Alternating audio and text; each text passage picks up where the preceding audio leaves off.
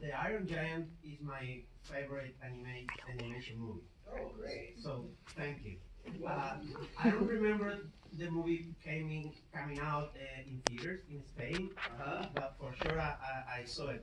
Probably in one theater. This gentleman's a filmmaker from Spain, and he saw Iron Giant in Spain. What's your question, if you have one? Yeah, my question, just to let you know, this is the only Blu-ray I have, the special. This is his favorite animation. My question is, there will ever be a sequel?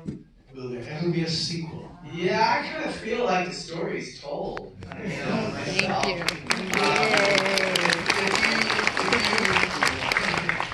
Thanks. I got applauded for not doing something.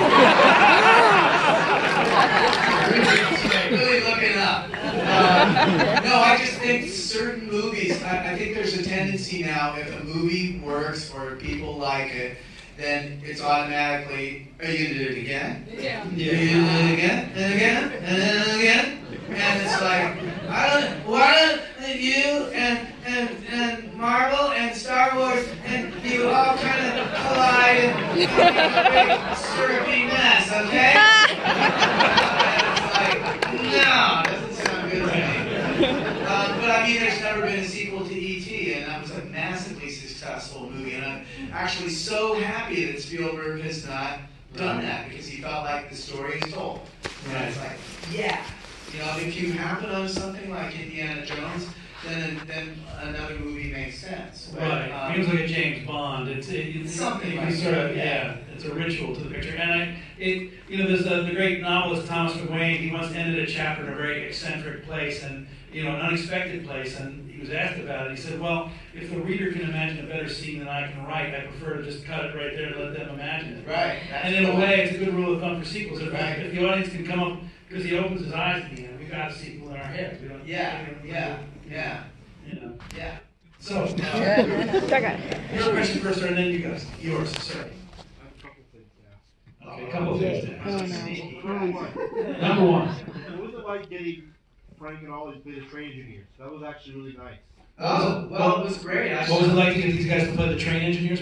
Yeah, he was asking about getting Frank Thomas and Ollie Johnston, who were two of Disney's 9 Old Men, to be the voices of the train engineers. It was great. I mean, I'd known them for a long time. I met them when I was a kid, and they had a huge effect on me, along with several other Disney animators that I worked with. And so I wanted to pay tribute, and I asked them to be a part of it, and they agreed, so it was wonderful. And your second question, sir. Like, who's your favorite voice actors are like? I thought, you got Bill Farmer and Jennifer Darling and stuff. It would be cool if you got Jim Cummings, Charlie Hunnam, and Marshall Ron Paulson. I like those guys. He's naming some of his favorite voiceover artists and wondering if you worked with them or your favorite voiceover. He listed a lot of people there, so I probably worked with a couple of them. Yeah. I don't know. I respect all actors. Is there anybody on a wish list that you have? Somebody now that's wish list? Where a I voice keep really noting people that I go, they'd be great. I'll tell you when I start messing around with my next one. But there are amazing guys. You know Robert Towne, the screenwriter? Sure. He actually has an amazing, cool voice. Like, hey. If I could get the right part for Robert Towne, that would be really cool. Oh man. Yeah. Sir, your question. Hi, I'm Chris Patson. I'm a puppeteer. I wanted to ask, so if you had to go back and change something about the movie or spend a little more time on something, what would you pick? If you could go back and change something, spend a little more time on the movie, what would you fix? I mean, there's little technical things that we just didn't have the time to fix. I mean, it's amazing that we kind of got it looking as good as we did because we had to move so quickly. I can tell you, I think that we could have finessed the look of some of the background stuff.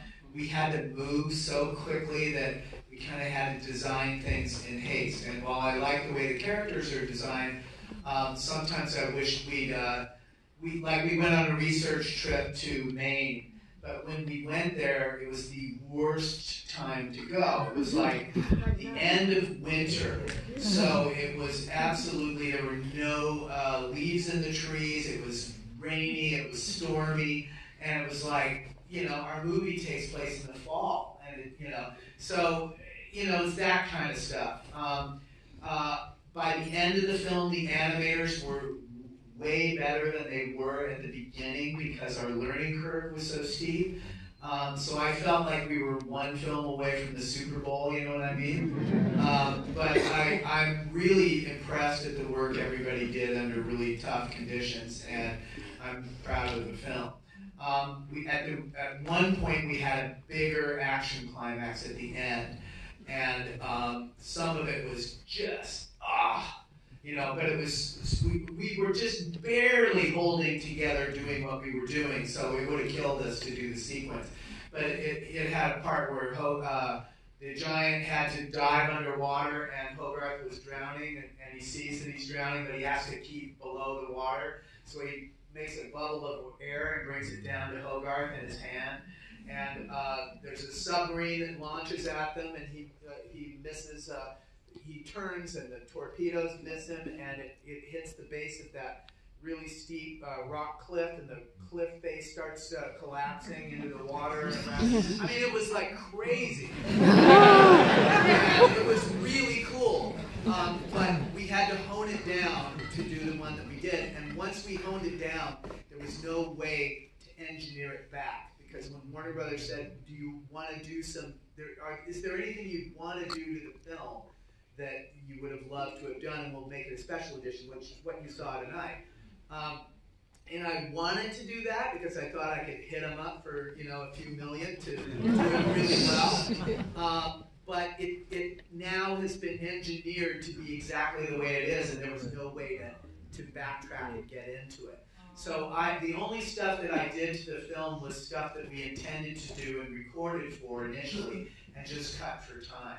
Like the little dream sequence where he's watching the TV and stuff. Yeah, that's great. It was unfamiliar to me from the earlier.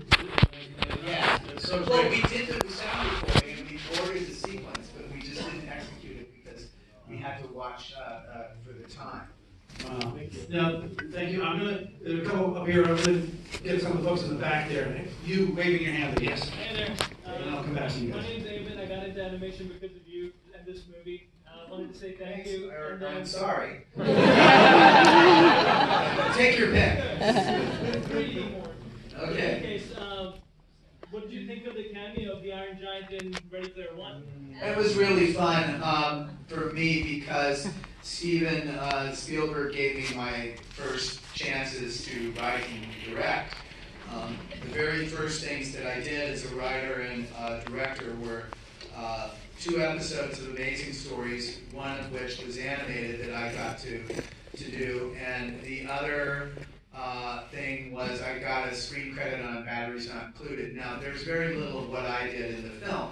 However, my first 3 credits as writer, director, and co-producer, and even an actor. I mean, I was like scientist number 2 in the live-action episode we did. But were because of Steven. So it was, he's one of my favorite filmmakers, and I took it as an honor. You, sir, the question. Yes, you. Yes. Hi, my name is Michael Harden. I'm really thrilled getting the speech to the guy. So much as a kid, I probably destroyed the VHS for that, and I animated myself. But and you're rocking the shirt too. Yeah. He's wearing the same shirt. All right. Oh, wow. 2 Iron Giants t-shirts right here. Yeah. So out of all the scenes in the movie that did make it in the movie, which one was the hardest to animate and execute?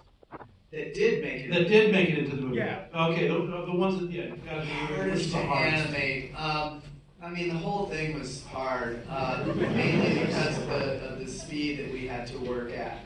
I think the most challenging in a fun way to direct, if I may rewrite your question a little, was the last 20 minutes of the film, because the film changes so many times in tone, and to be able to have people spread out, like there's Annie trying to catch up with Hogarth, there's the Jets coming after the giant, there's Ken Mansley and the General going after the giant, and organizing all that in a way that the audience can comprehend and feels like they know what is going on, and do it in a rapid fashion is really hard to do, and I felt like it came together really nicely.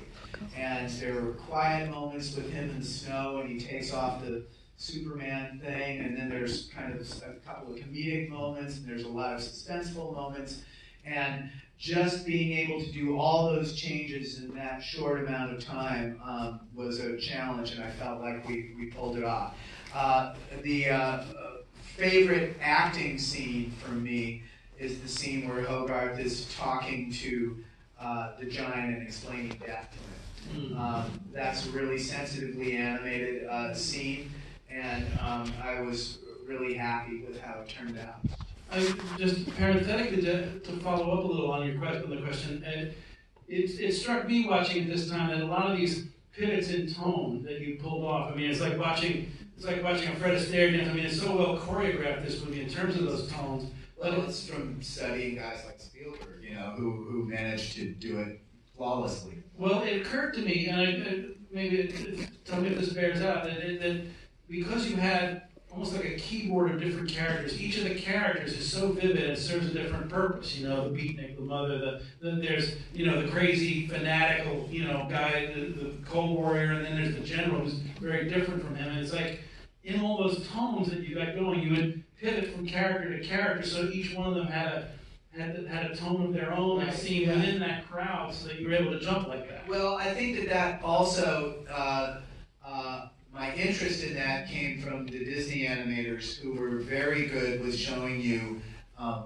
what people were thinking by how they moved. And they got you to, one of the questions they always asked is, what is the character thinking? I don't want to hear what he's saying. What is he thinking? Because you can be saying one thing and thinking another. You know, if you take an acting class, they will take a basic line like, I love you, and they'll say, okay, say it like you mean it. I love you. And then say it like you're pissed off at them. I love you. You know, say it like you hate them. I love you! I mean, you know, and it's all about what the person is thinking. So, I mean, those guys were the masters at that in animation, and, you know, we're straining to try to be in their shadow, you know. Yeah, it's interesting because I'll get back to the audience. There's another.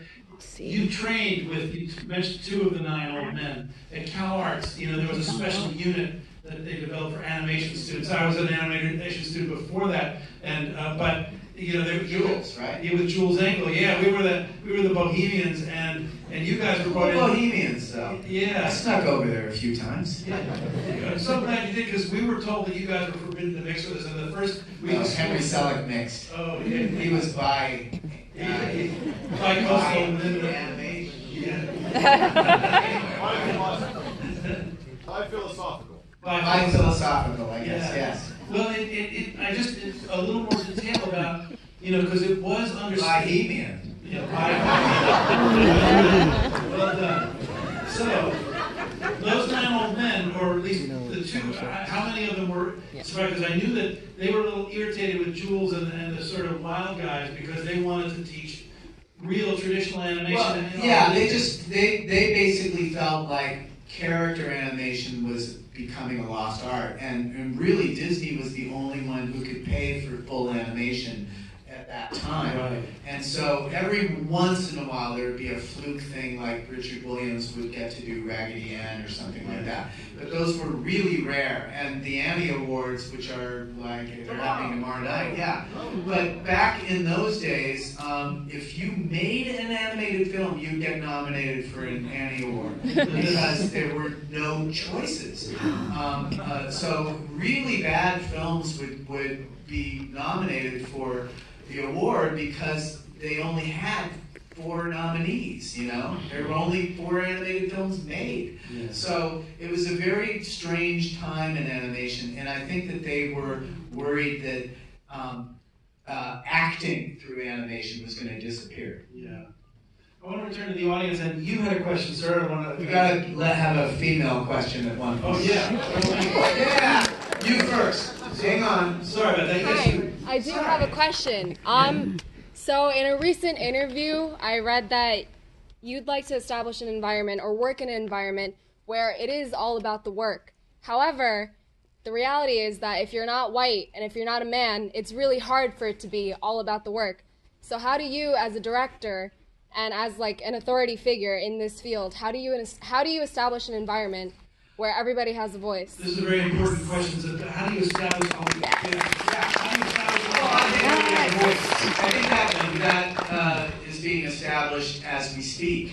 There are more female animators in school now than there have ever been.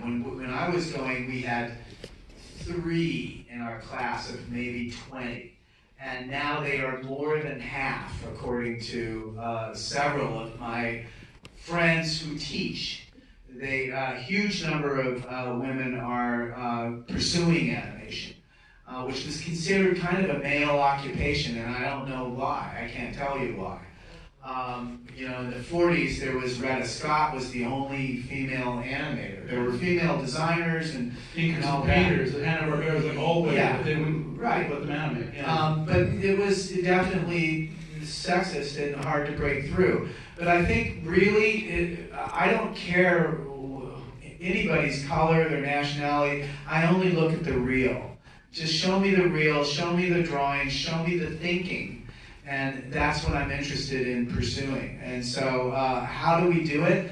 I think that we bumble ahead. We do it with a presence of mind to look for it, to try it. Just like I said, got to get a female talking, and then you. I think that you just have to ask for it, But I don't think we do anybody favors by only looking at that. We want people to contribute to the films, and they have to bring their gifts. But I view if I were only about making films, if I didn't have any other society, if I was only being selfish, I would want this new world because too many really talented people are not getting through because of those limitations. And for me, you know how they say 90% of everything is crap?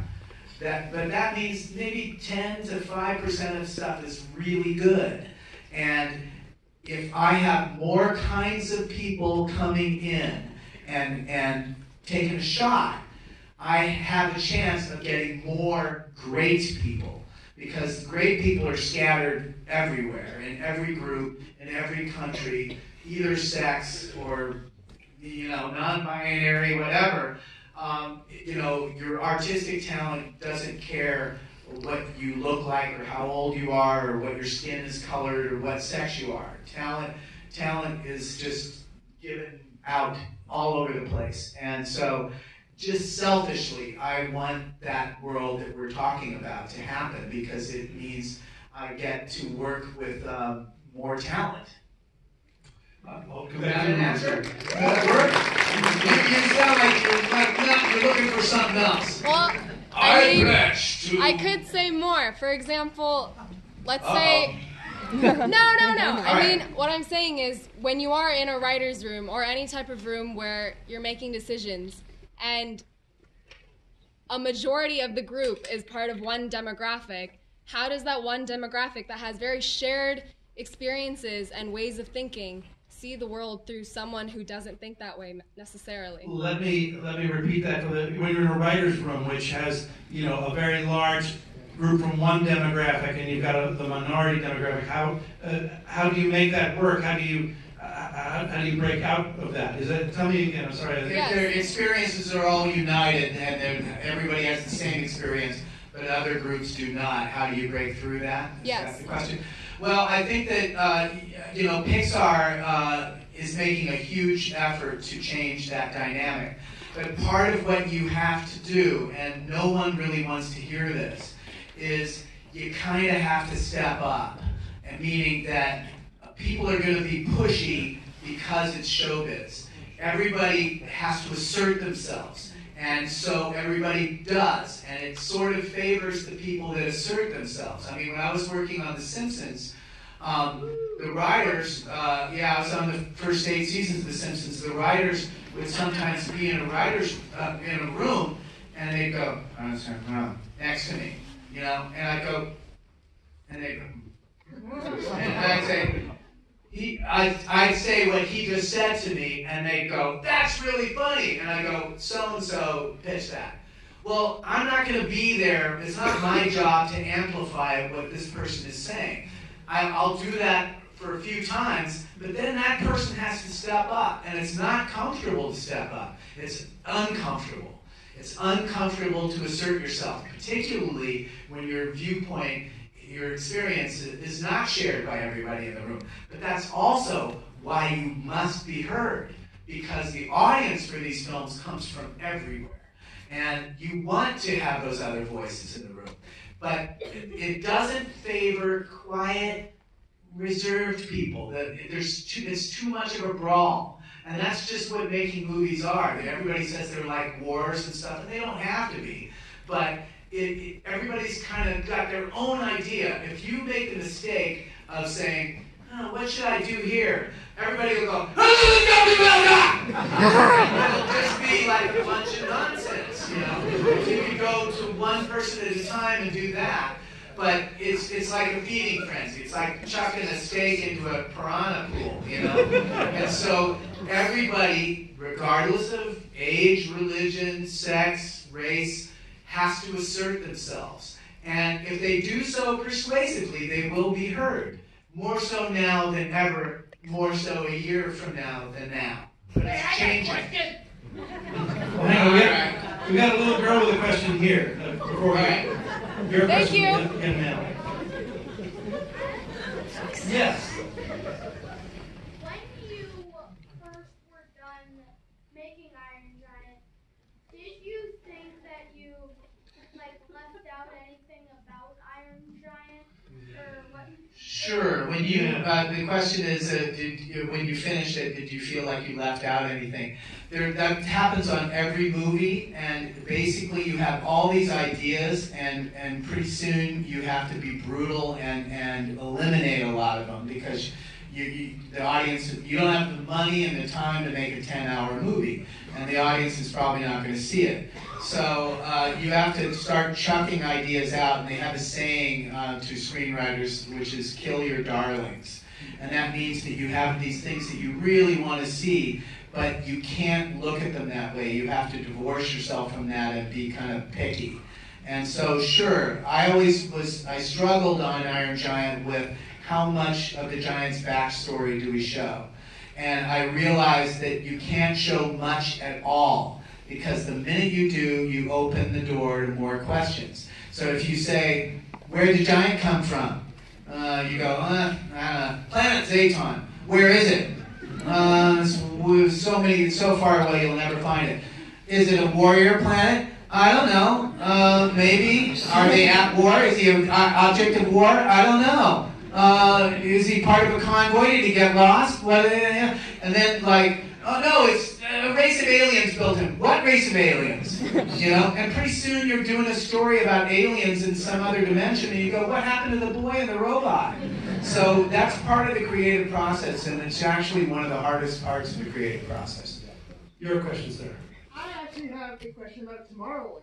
Uh-oh. I love Incredibles. I love everything you do. You're one of my biggest inspirations. Oh, thanks. I once found on the ground a Tomorrowland pen. I was like, oh my god, I found a pen. Yeah. And that Tomorrowland is my inspiration. It's my inspiration to save all my favorite unsuccessful characters. And He saves his favorite unsuccessful characters. Regardless of whether there's ever a sequel to Tomorrowland, where do you see in the future for Casey? Where does future fit the sequel world? Well, to me, our initial idea was that you could make a series of movies based on this idea, and they could be completely unrelated. I mean, you could do a movie of Amelia Earhart fighting Nazis.